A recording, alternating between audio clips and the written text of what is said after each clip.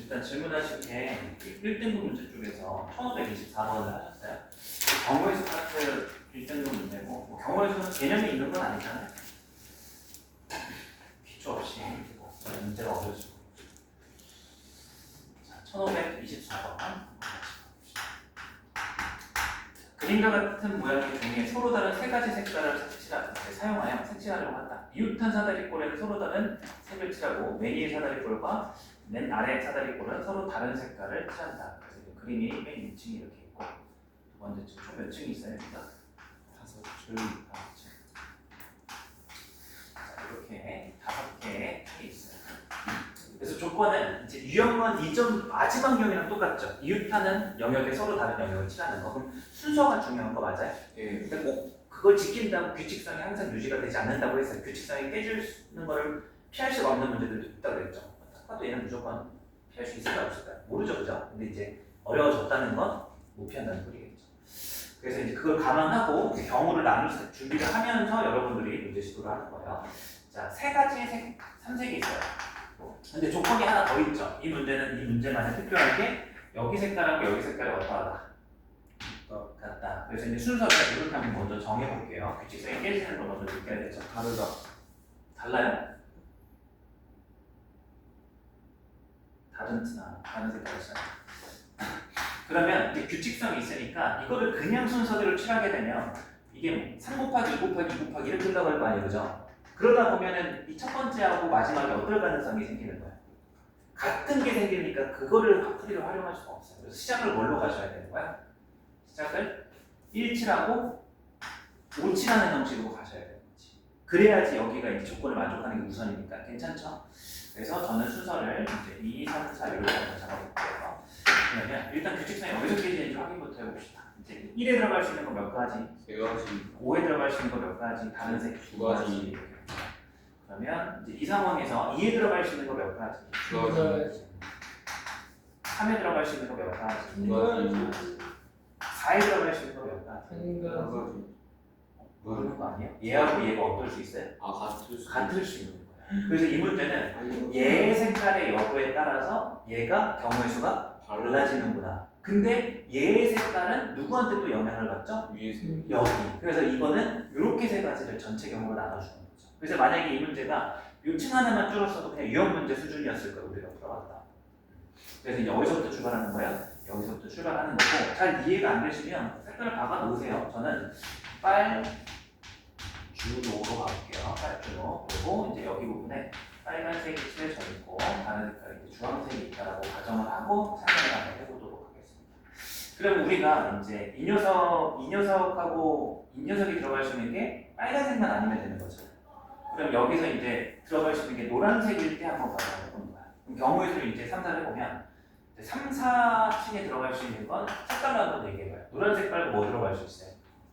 빨간색. 빨간색 들어갔을 때 여기는 어떻게 되는 거야?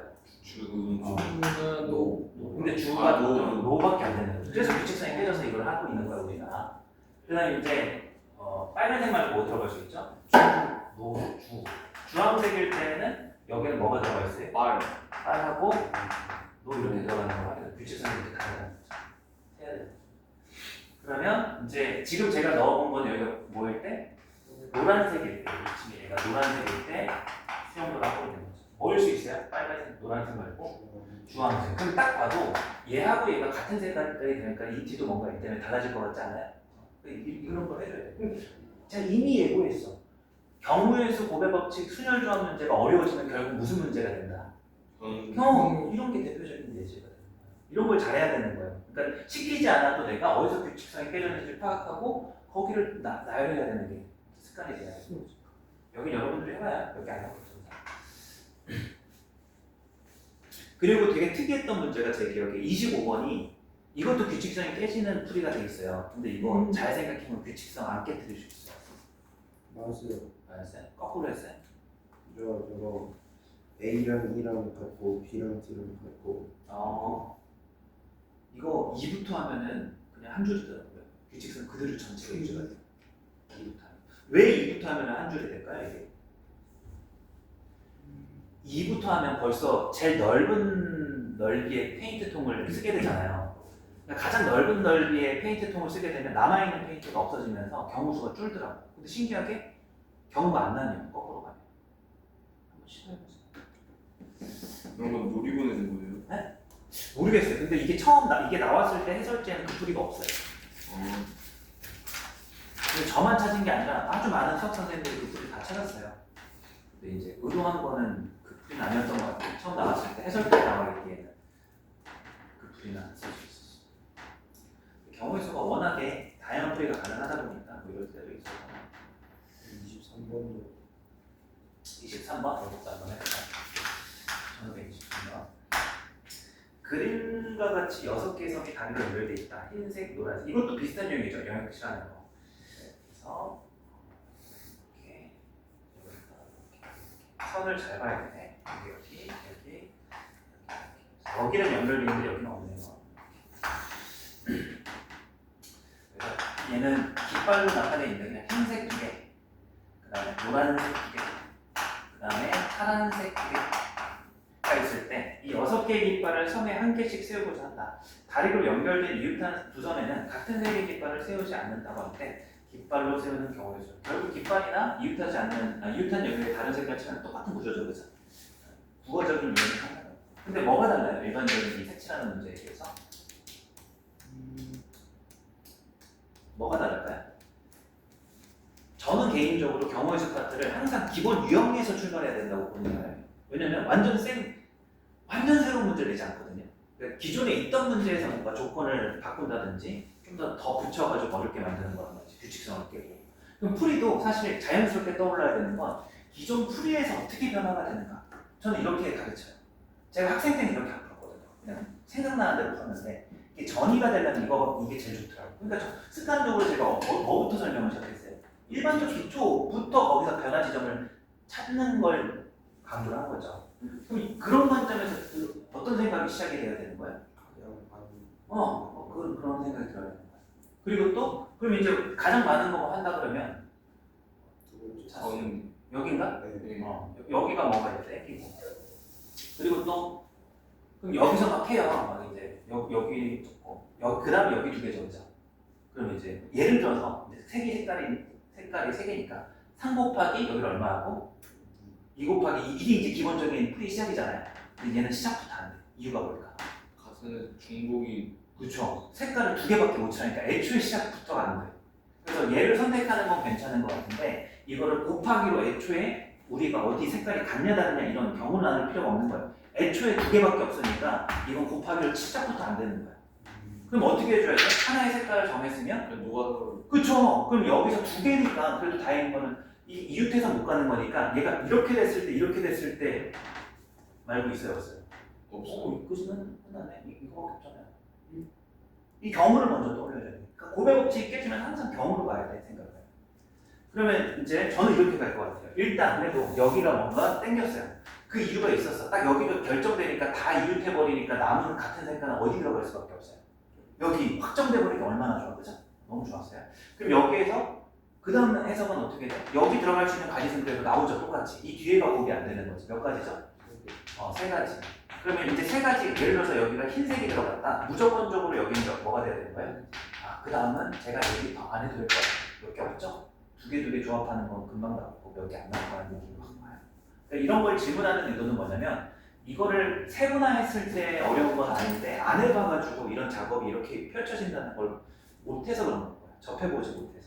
그래서 풀어보다 보면 이 정도 수준까지는 그렇게 어려운 문제가 아닌 것 같다.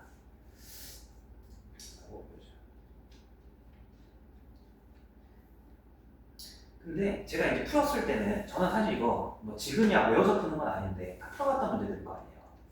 그래서 그때 풀었던 답을 외우는 게 아니라 이 문제를 보는 관점이 익혀져 있을 거 아니에요, 그죠? 근데 꼭 제가 정답은 아닌 거 알죠? 경우의 수 같은 풀이가 여러 개일 수도 있는 거 맞죠? 그리고 저도 이걸 공감하는 게 완벽한 풀이를 준비해서 시험장 가나요? 아니에요. 조금 시간 더 걸리더라도 풀어낼 수 있으면 되는 거예요. 그래서 저번에도 얘기했던 게 자기 풀이가 조금 다르게 있고 순서가 좀 다른 게 있어요. 그런 걸 좀 질문해 줬으면 좋겠어요. 제 풀이 이것도 중요한데 그거보다 더 중요한 게 본인이 먼저 떠오른 풀이가 있다면 그거 교정하는 게 훨씬 더 중요해요. 22번도요. 22번.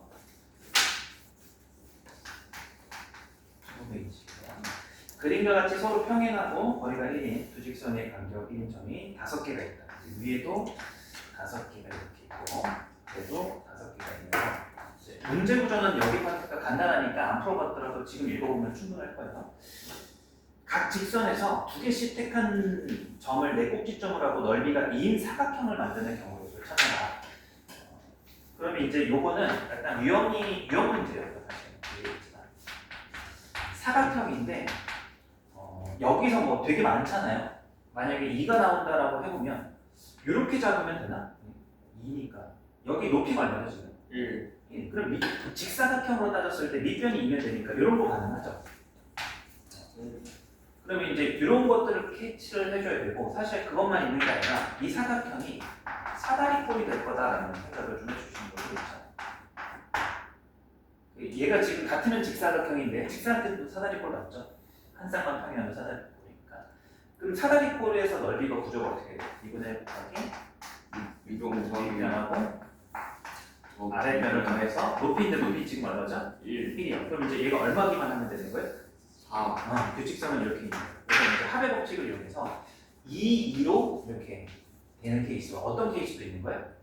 1, 4 혹은 3이 이렇게 되는 케이스도 잡을 수 있죠. 밑변과 아랫변. 그래서 이제 요거는 약간 유형 문제처럼 사각형 문제 물으면 합의 법칙으로 첫 번째 윗변의 길이가 얼마고 이고 아랫변의 길이가 얼마고 로마자리는 윗변의 길이가 얼마고 그리고 아랫변의 길이가 얼마가 되고 4. 근데 이거 반대로 바꿔봤자 똑같죠? 구조적으로 곱하기 얼마나 하겠네? 로마자리 2를 해주면 되는 거죠. 그러니까 이 반대가 되는 케이스는 그래서 이제 분리해서 해도 되죠. 그럼 이거는 경우의 수 단수 세 개죠? 2 되는 거 이렇게 하나, 둘, 셋 이게 돼. 그다음에 이제 이거 되는 거는 이렇게 얘 고정시켜 놨을 때 3, 하나, 둘 괜찮죠? 얘 이렇게 됐을 때 여기 고배 법칙이 다 되죠. 이 안에서. 그래서 이 각 케이스에서 고배 법칙이 가능해요. 요건 세는 거고 요건 고배 법칙.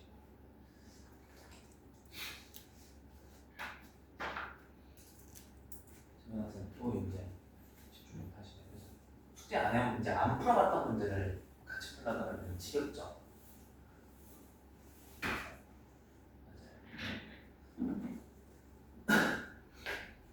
재윤 학생 학교 수업 시간은 좀 어때? 듣는 편이에요? 조는 편이에요? 요즘은 좀 좋은데. 재훈 학생이 물론 여러 가지 문제가 있지만 숙제만 해도 수업 시간이 덜 재미없을 거예요. 숙제를 안 하면 수업 시간에 재미있을 수가 없어요.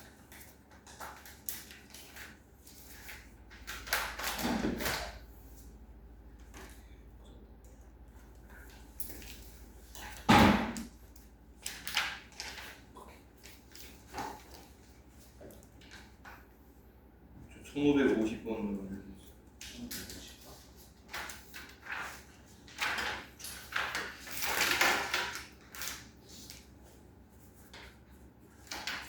50번은 약간 요거는 50번은 질문은 제가 봤을 때는 합의 법칙일 것 같아요. 이 문제의 포인트는. 자, 또 눈에 동그라미 치셔야 돼요. 질문하셨습니다.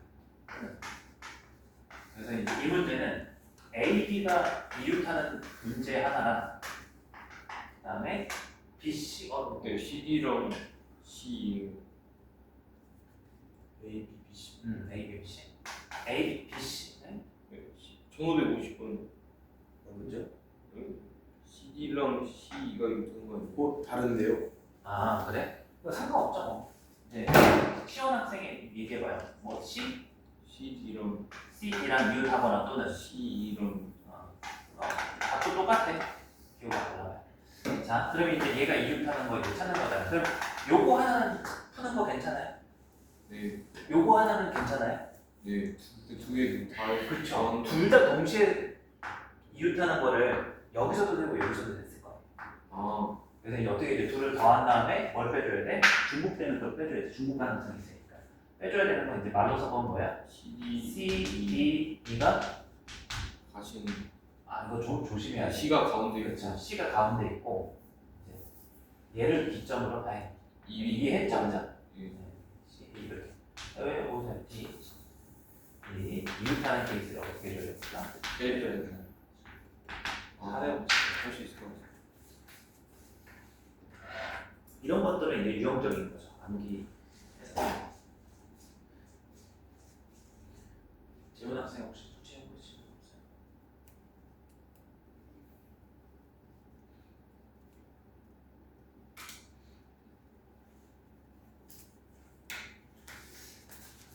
조금만 더 개인 질문 받고 쉬었다 갈게요.